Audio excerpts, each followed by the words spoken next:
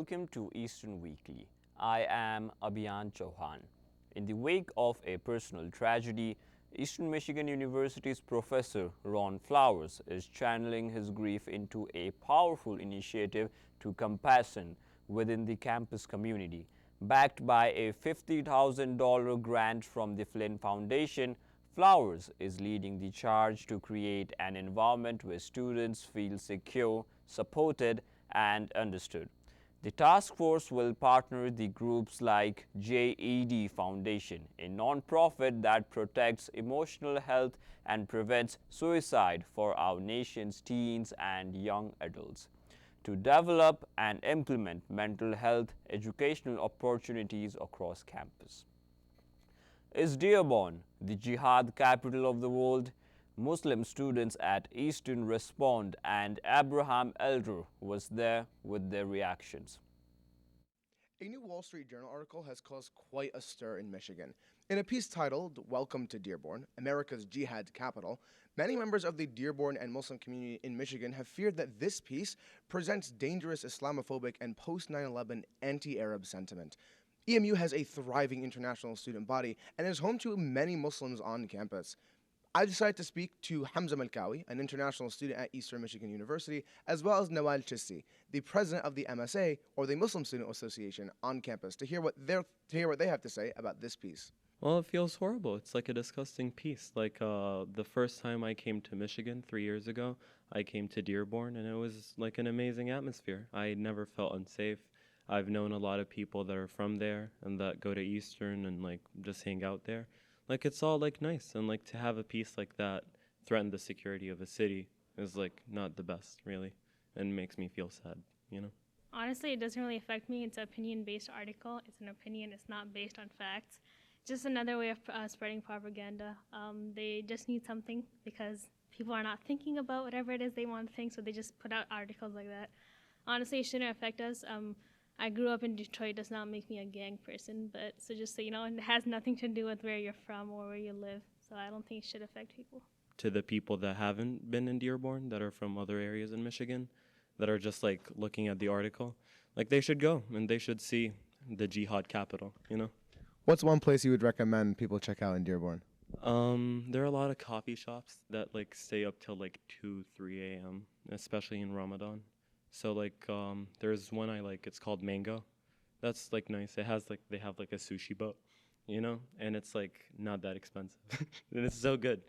Despite the piece being published more than 2 weeks ago, it is still available online for viewing, which means that for students like Nawal and Hamza, there's still plenty of work to be done. Abdurrahman Elder, ETV. Honors senior and presidential scholar Rana Abed is a semi-finalist in the 2024 Fulbright competition. The psychology major is a candidate for the Fulbright English Teaching Assistantship (ETA) to Turkey. The ETA program in Turkey serves to expand English language programs at developing countries across the world. Abed applied to the program for the opportunities associated with the scholarship. Abed aspires to become a school psychologist and plans to work in a low-income school district in Michigan. Her primary goal is to serve her community by providing positive change and making a difference in students' lives. Eastern Michigan University is gearing up the annual undergraduate symposium, and Victoria Smith is here to give us a preview. I am here at Eastern Michigan University Student Center, where the undergraduate symposium will be held on March 22nd. Today, we will be speaking with individuals to learn more about the annual event. It's something that we're really prideful of, and we were actually one of the first events of its kind in the whole country. This year marks the 44th annual undergraduate symposium. It is an event that gives students the opportunity to present their work to the campus community.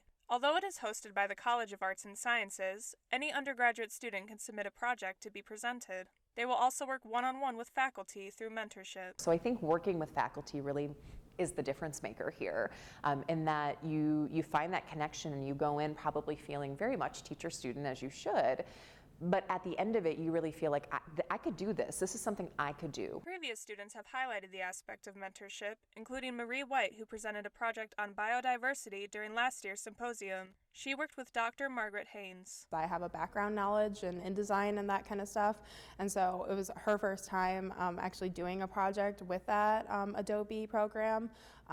But I showed her some stuff and she showed me things, and so I think it was really cool to be able to bounce our knowledge off of each other, and I gained so much from her. So I think it's really a good experience if anyone has the chance to do it.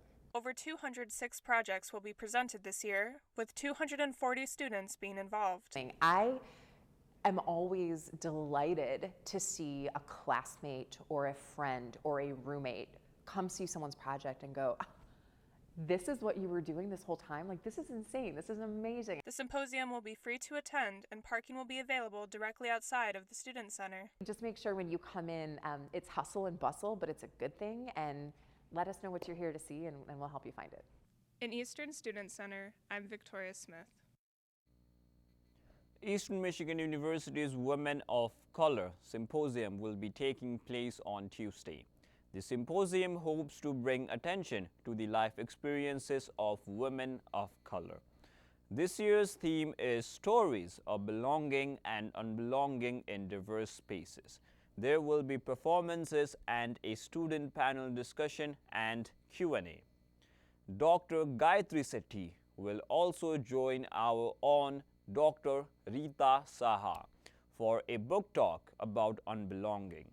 The symposium will take place in the Student Center Ballroom and will begin at 11 a.m. The QR code to register can be found on the Center of Race and Ethnicity's Instagram.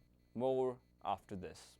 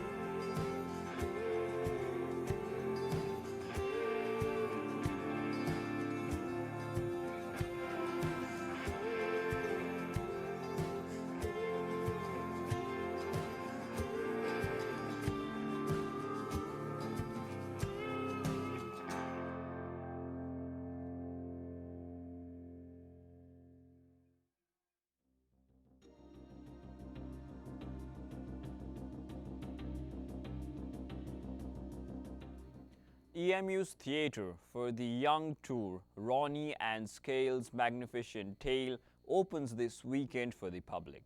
The show is a sensory-friendly show geared towards neurodivergent audiences and combines tactical sensation, music, and audience interaction to create a joyful sensory experience for all participants. The performances are on March 15 at 17 p.m. and March 16 at 10 a.m. and 2 p.m. in the Spornburg Theatre.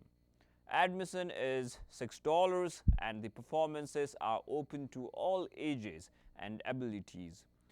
To buy tickets, go to amish.ludus.com, or to buy in person, visit the EMU ticket office in the Judy Sturgis Hill building, open 1 to 5 p.m. Monday to Friday, or 90 minutes before the show. What is the function of student government? Greg Conner met up with some of the Eastern student representatives to find out. With student government elections coming up, a lot of students on campus are wondering, what does student government even do? So today, we'll be sitting down with student government's parliamentarian and their president to find out what they think student government does on EMU's campus and why you should get involved. I have a student body president, Syed Wasuddin, today to talk about student government. So first, what does student government do around campus? Great question. More than anything, we are amplifying the voice of student concerns. Following that, we also have the role of allocating funds from student government to clubs and club sports to help with the financial concern of maintaining student orgs on campus. I have student government's parliamentarian, Andre Salamanca, with us today. So how can students who aren't in student government get involved? Yeah, so there's actually multiple ways that you can involve as a student within student government. One, you can of course become a senator, which will mean you get to vote in the Senate meetings. You can also become any job in the office, which is either parliamentarian, speaker, vice president, president within other jobs. Or you can also come to the meetings for gallery. So you can also, if you have a concern and you don't want to make the commitment of having an actual position like senator or e-board, you can just come to the gallery and tell us what the problem that you're seeing within campus and how can we fix it. And then I know student government elections are coming up for the president and vice president. Why should students who might not know a lot about student government get involved and vote?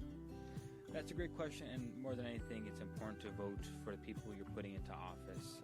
The student body president, vice president, they are your liaisons between you and administration, and having their voice, choosing who your voice is very important to this role, and that's a very important thing to think about when you're going in for the election. So anybody who isn't even in student government but is a student at EMU can come sit in on the gallery and watch student government's meetings? Correct, yes. Anybody can come to the gallery, and there's galleries within the Budget and Finance Committee, the Student Relations Committee, and the Senate meetings, which happens every Tuesday, every other day. All right, thank you so much. Of course. Author and educator Dr. Gayatri Sethi will be visiting Eastern Michigan University next week. Her visit will consist of multiple events starting on Tuesday. The first event is an author chat between Sethi and Dr. Rita Saha. It is also a part of this year's Women of Color Symposium. On Wednesday, 3 additional events will take place. The last event will be on Thursday, where people will have the chance to speak with Sethi. Registration links and additional information can be found online. EMU has many student clubs and organizations. Our own Nathan Orr had a chance to meet up with the president of Sales and Advertisement Club, and here is what she had to say. I'm here from the Sales and Advertisement Club. I do quite a bit of stuff on campus. I'm very involved with clubs, events, all that.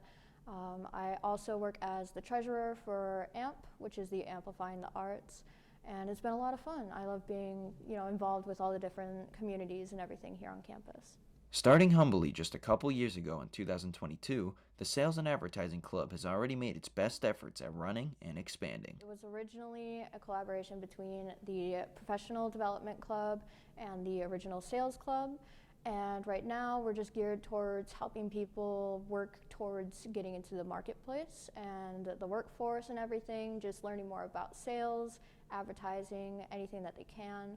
We offer a lot of resources, so we've got workshops, resume templates, everything along those lines. While they may be small now, the upcoming blood drive they're hosting on March 12th from 12 to 4:30 p.m. is bound to increase their numbers. In the future, I would love to host more events, kind of get more people involved on campus. And now that you know a little bit more about the organization, let's get more into detail with Riley about the blood drive event mentioned earlier. So right now we are spreading the word with a lot of our social media. We are reaching out to professors, sending them out the message. You can donate. It is donate.michigan.versity.org. You can go there, sign up, there will be a roster, pick your time. Now, if that doesn't persuade you into joining or volunteering, I'm sure you'll get around to it eventually. Who knew such a small club could already be so interesting? So we are on Instagram, it's EMU_sales. And then additionally, you can reach out on email. My email is rcurley1@emish.edu. In Eastern Michigan University Student Center, I'm Nathan Orr. Did you know that 23% of college students deal with food insecurity? Do you need assistance on getting food, clothes, and personal hygiene products? Come visit Soup's Food Pantry for food at no cost, located in 104 Pierce Hall. Their hours are 12 p.m. to 5 p.m. Monday through Friday and 12 p.m. to 6 p.m. on Wednesdays. That's it for Eastern Weekly. We will see you next time.